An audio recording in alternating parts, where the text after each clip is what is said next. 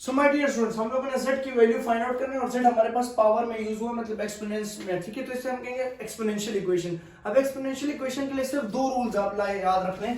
पहला रूल जो आपके पास होगा वो रूल ये है कि अगर आपके पास बेसिस सेम हो, a की पावर n और a की पावर m हो, मतलब ये बेसिस सेम हो, then you write n is equal to m, ठीक है। ये हमारे पास आंसर आ सकता है। लेकिन सेकंड रूल जो है वो ये है, अगर बेसिस डिफरेंट हो, मतलब a की पावर n और b की पावर m हो, बेसिस डिफरेंट है, सो आप अप्लाई करेंगे लॉग ऑन बोथ साइड, ठीक है। अप्लाइंग लॉग बोथ साइड करेंगे, क्योंकि लॉग का काम होता है कि पावर को शुरू में, जो पावर होता है वो शुरू में जाता है। फॉर एग्जांपल अगर लॉग अप्लाई हो जाए और a की पावर b है तो b शुरू में आ जाएगा, ठीक है। b शुरू में लॉग a, तो हमारे पास जो पावर में वेरिएबल इन्वॉल्व होता है वो शुरू में। लेकिन यहाँ पे जो सिचुएशन है ना, यहाँ की सिचुएशन वो हमारे पास इस फर्स्ट रूल से डिपेंड कर रही है। हम इसको फर्स्ट रूल से ही सिंप्लीफाई कर सकते हैं अगर करना चाहें। जैसे 3 की पावर z प्लस 1 है ना, 3 की पावर z प्लस 1, ठीक है, ये z है, और इज इक्वल टू 243। तो मेरे ख्याल में 243 जो फैक्टर है वो 3 का ही है, तो 243 3 1 381, ठीक है, sorry 3 8 24 and 1 381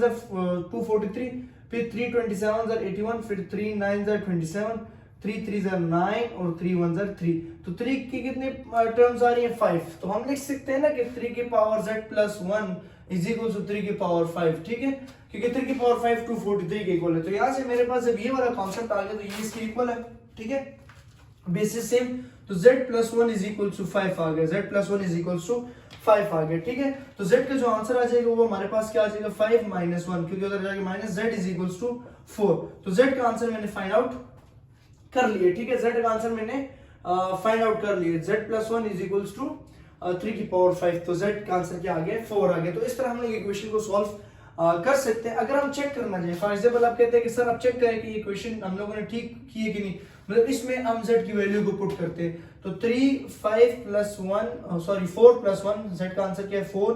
4 plus 1 is equals to 243। तो आप देख सकते हैं कि 3 की पावर 5 खुद ब खुद 243 के इक्वल है। तो हमारे पास आंसर क्या आ जाएगा कि 243 इज इक्वल टू 243।